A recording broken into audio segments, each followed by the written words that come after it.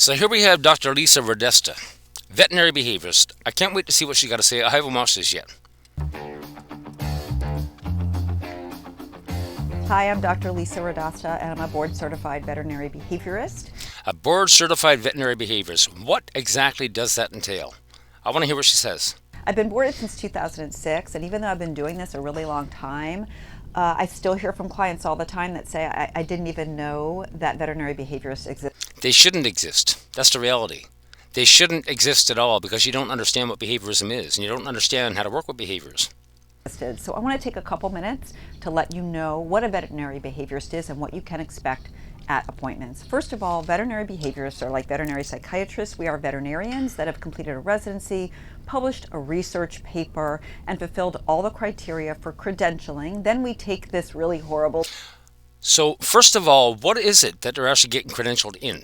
Okay, I'm going to tell you right now, these people are getting credentialed in Konrad Most, training dogs. And if people want to understand what all of these vets and trainers and behaviorists are doing, I urge you, I beg of you to read this book because that is the very basis for everything dog training today.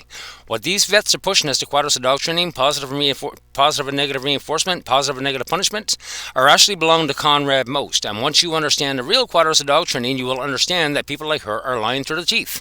Now, why would they be lying through the teeth? For money. What are the real quadrants of dog training? They're primary and secondary inducements. Look that word up. What is an inducement? You're trying to get your dog to do something using a piece of food. That's your primary inducement. That's what they're calling positive reinforcement, and they're blaming Skinner. But they're pushing Konrad Most.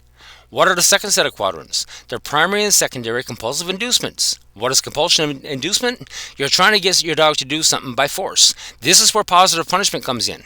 That's what's called positive punishment. B.F. Skinner never pushed punishment, but yet these vets and behaviors and everybody else are all blaming Skinner. Why? Because there's no psychology in Konrad Most at all. Once you read the book, you'll understand that it's only abusive. B.F. Skinner is the father of operant conditioning, and people like this manage to redefine what operant conditioning is to a method of behavioral modification used in reward and punishment. But when you get into Skinner, you'll understand that operant conditioning is all about survival of the fittest, survival of the animal, and the survival of the species as a whole. Let's get into this. 2-day exam, and then we're considered board certified veterinary behaviorists. Yeah, and you're certified in Konrad Most, not B.F. Skinner. There's only two ways. There's only two outcomes for this. Number one, either she knows she's lying, which means she should lose her license, or she's blatantly ignorant and she needs to sit down and read some B.F. Skinner because what she's pushing here is killing dogs in droves. So we're specialists in the behavior. There's always specialists. There's always experts. They're all blaming B.F. Skinner. The first line of B.F. Skinner's book about behaviorism, a book of which AVSAB actually bastardized on their website, the first line at the intro states point blank, behaviorism is not the science of human behavior, it's the philosophy of that science. Okay? In that statement, he's telling you point blank, nobody's ever going to understand behavior. For what he gave to the world, he understood a lot of it. But he never considered himself an expert. But yet these people are out there calling themselves specialists and experts. There's no such thing. Of all kinds of animals. When you go to see a veterinary behaviorist, you're going to fill out a questionnaire. It might be relatively short, it might be long, depends on what that doctor likes. Then you're going to come into the clinic and your pet will be assessed by the doctor. The doctor is going to take into account the history form you filled out, what you tell the doctor, the videos and pictures that you bring or send beforehand. That is extremely important. That is extremely important. In the Facebook group that we run, it's all about teaching psychology and how to apply psychology. We do not allow dog training in this group. We do not allow all of this bullshit into our group. Because once you understand that this is all bullshit and you start focusing on psychology itself, now you're making changes. And if it's safe to get those videos and pictures, they're also going to assess your pet in the exam room. So all that comes together to make a list of problems, then a list of differential diagnoses. Then the doctor is going to tell you whether or not they believe that there's illness contributing to behavior. If there's illness contributing to behavior, the vet is supposed to fix the illness. And that's where it should end. Because once you fix the illness or treat the illness, the actual cause, the effect itself goes away. So if your dog is in pain and showing aggression because they're in pain, once you treat and fix the pain, guess what? The aggression itself goes away. It goes extinct on its own. But they don't want you to know this. And that's where it should end.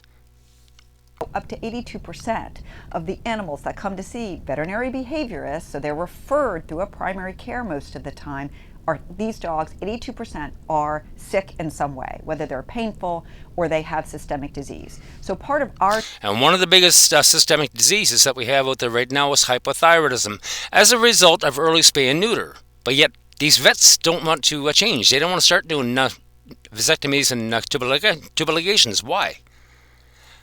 Number one problem with behavior today is actually hypothyroidism, and it's underdiagnosed. If you go talk to Jean Dawes up at Hemopet, she will explain this to you.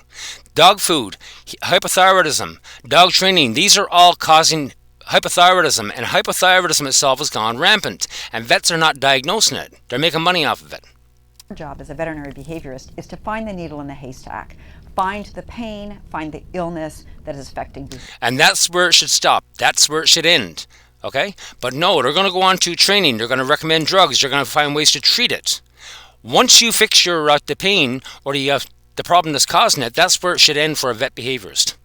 So it's very likely that your veterinary behaviorist will recommend further testing. Then they'll lay out treatment options for you. Maybe behavior modification. There you go. Behavior modification, management, medication, supplements.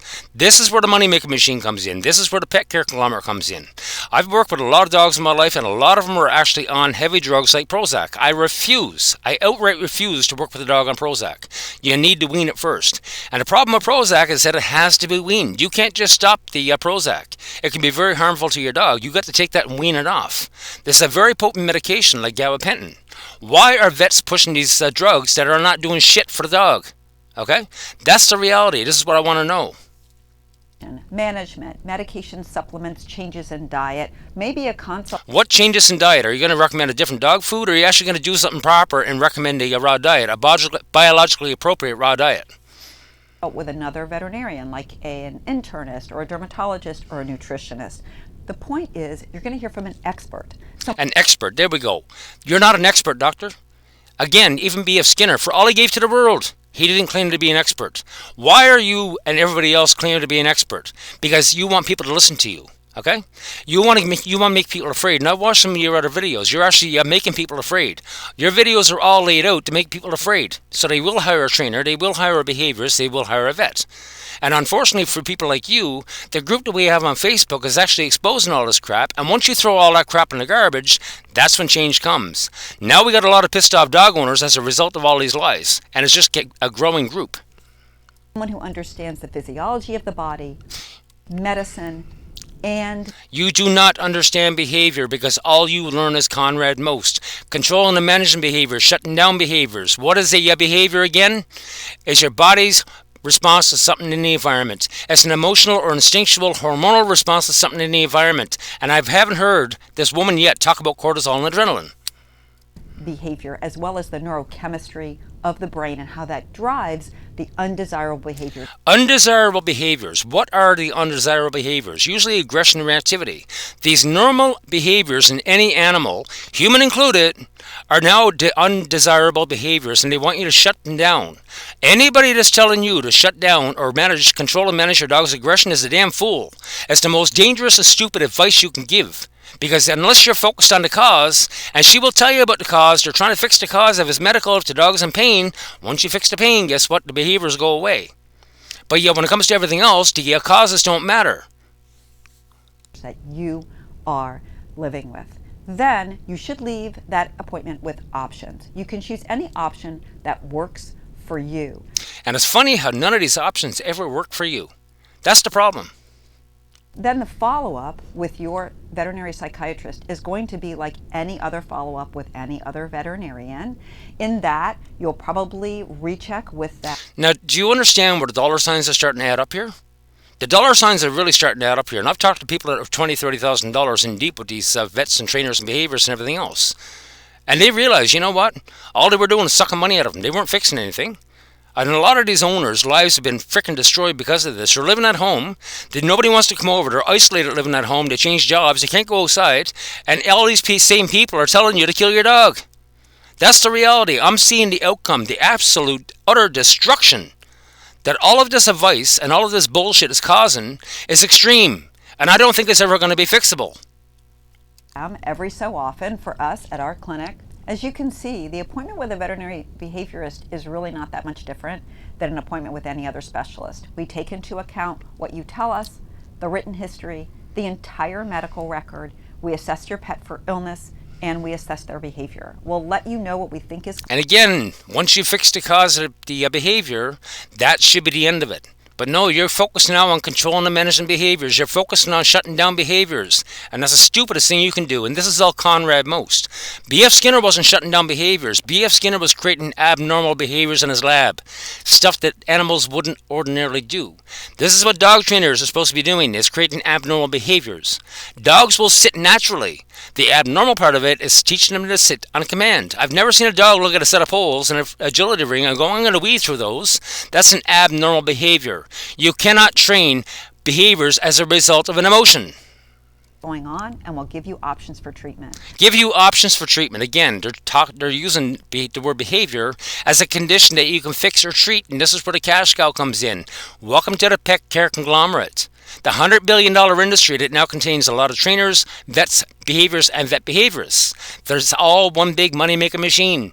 Your dog's aggression is not a condition, it's a symptom, the outcome of a problem. That's what they don't want you to know.